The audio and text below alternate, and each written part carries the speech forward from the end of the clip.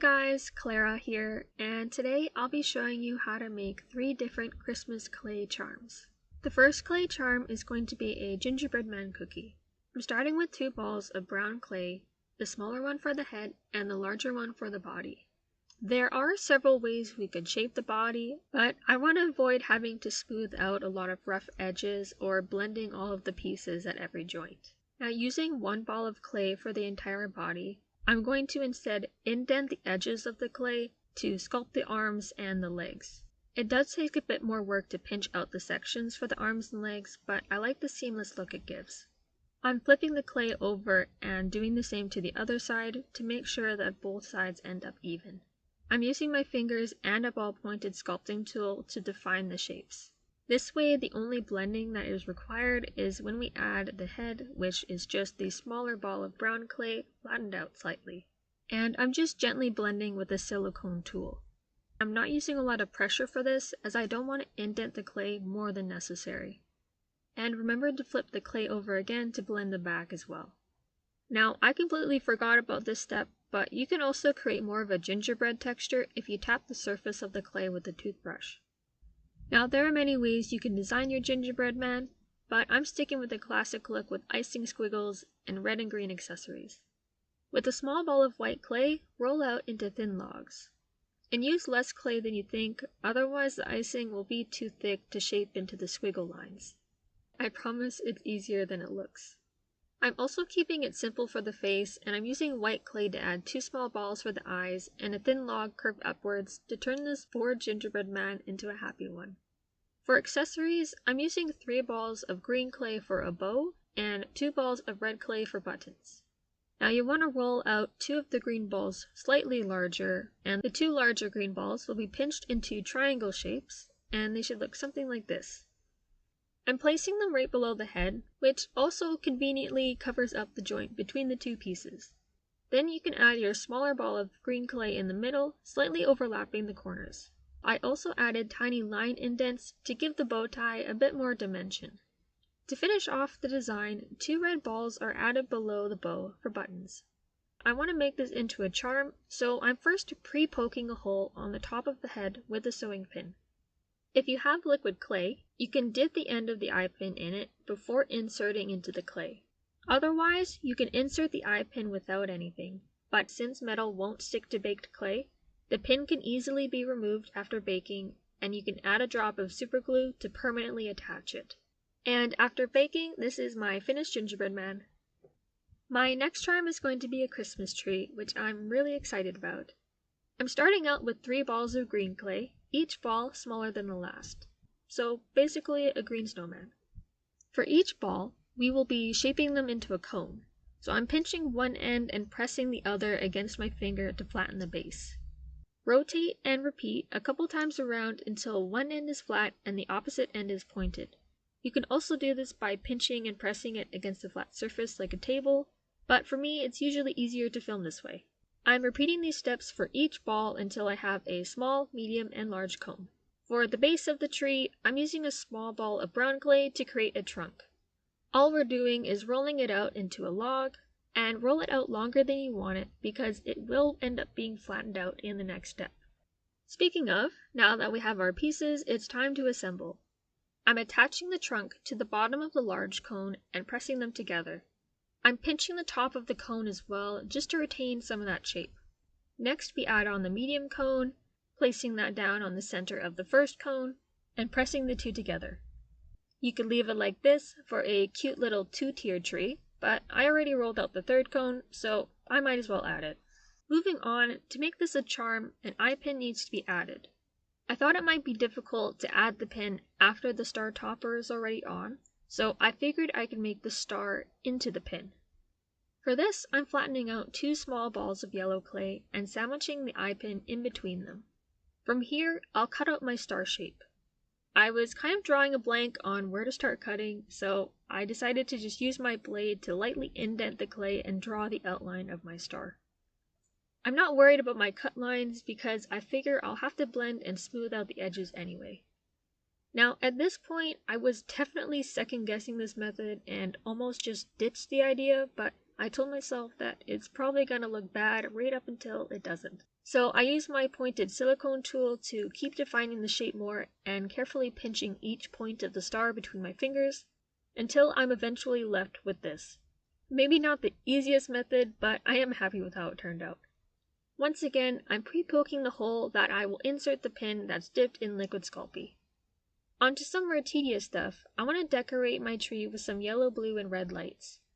To make it easier on myself for filming purposes, I prepped a bunch of tiny balls in advance, though you'll soon see I probably ended up doing a lot more work after everything was done.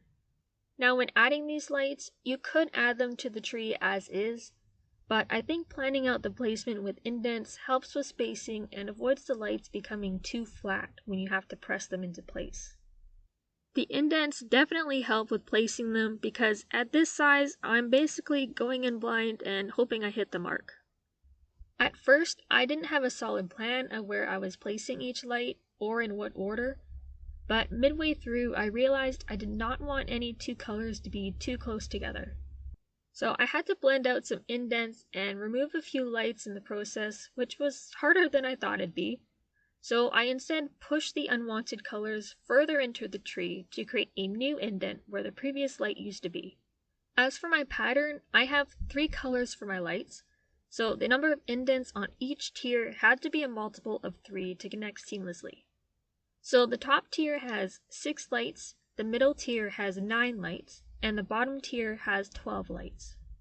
You could of course place as many or as few lights as you like and skip the perfectionism, but the hard way is also fun. And this Christmas tree did turn out pretty cute. Our final Christmas charm will be a cute little snowman sporting some warm winter gear. Typical snowmen are made up of 3 balls, much like how our Christmas tree started out, but I thought only having 2 sections would make it even cuter, somehow. So 1 bigger ball for the body and 1 smaller ball for the head. Now, before we add the nose and the coal eyes and buttons, I am marking the spots with indents using a small ball-pointed tool, and just like the previous charm, it'll help with our placement and keeping the shape of these very tiny details. For the nose, take a small ball of orange and ever so carefully pinch it between your fingers to shape into a cone. Doesn't need to be perfect, just vaguely carrot-shaped. Now poke it into place and try not to touch it too much. Next, roll out 5 tiny balls of black clay for the coal eyes and buttons. Once those are placed, we now have a basic snowman, and you could stop right here. But if you choose to continue, pick your favorite color and mix a light shade and a dark shade. I'm choosing blue. My darker shade of blue is going to be the main part of the scarf. I'm rolling out a long log between my hands, then using a roller to flatten it out further.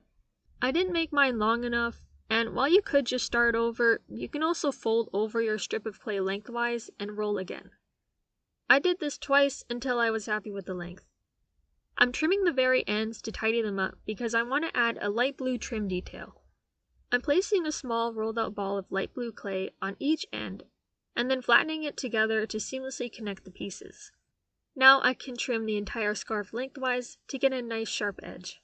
Now for the light blue ends, I'm creating sort of a frilled edge by cutting slightly up into the scarf. Then you can just lightly pull those strips apart and now you have a scarf with some fancy trim. For our second accessory, I'm giving our snowman some matching earmuffs. But this time I'm reversing the colors and the light blue clay will be the main focus. Starting with the headband, roll a ball of dark blue clay out flat and cut a tiny strip. Then you can lay that over the center of the head and try to leave an even amount of overhang on each side. Just imagine where a snowman's ears might be. I'm then using a ball-pointed sculpting tool to smooth out the ends against the head to create a flat surface for the earmuffs to lay on. The earmuffs will be 2 equal small balls of light blue clay pressed down on either side of the head. It's easiest to lightly attach them first, then place your thumb and index finger on each one and squish together at the same time to secure them evenly. Now, before we add the scarf, it's best to add the eye pin first, since I figure adding the scarf before the eye pin is just asking for it to be squished in the process. Now you can buy eye pins already made, but if you have wire and pliers, I think it's worth it to learn how to make them yourself. I go more into depth on how to make them other charm videos, so I'm not going to get into them now, but I'll just add some footage on how I shape the ones I'm using today. They aren't all uniform, but they're good enough for me. Now to add the scarf. I was definitely overthinking the placement on how a scarf is supposed to lay, but you can play around with it and test out a couple options. It turns out I still ended up rolling my scarf out too short, and it wasn't reaching where I wanted it, but it was pretty easy to give it a slight tug and stretch the clay a little bit. Maybe a bit too easy because I stretched it a bit longer than I wanted, but eventually I was happy with the placement and this snowman is now ready for the oven. Now all these charms are baked for 1 hour at 260 degrees Fahrenheit. I usually bake my clay at 275 degrees Fahrenheit, but the white sculpey clay tends to brown if the temp is too high, and I wanted to avoid that. Just remember, as long as the temp isn't too high, usually 275 degrees across all brands, there is no such thing as baking for too long. Don't underbake your clay like I've been doing for years, trust me. And no, this isn't some gravity-defying gingerbread man, just a little hot glue magic. Did I trick you? Anyway, that's all I have for you today. Hopefully you enjoyed. Let me know what charm was your favorite or what you want to see me make next.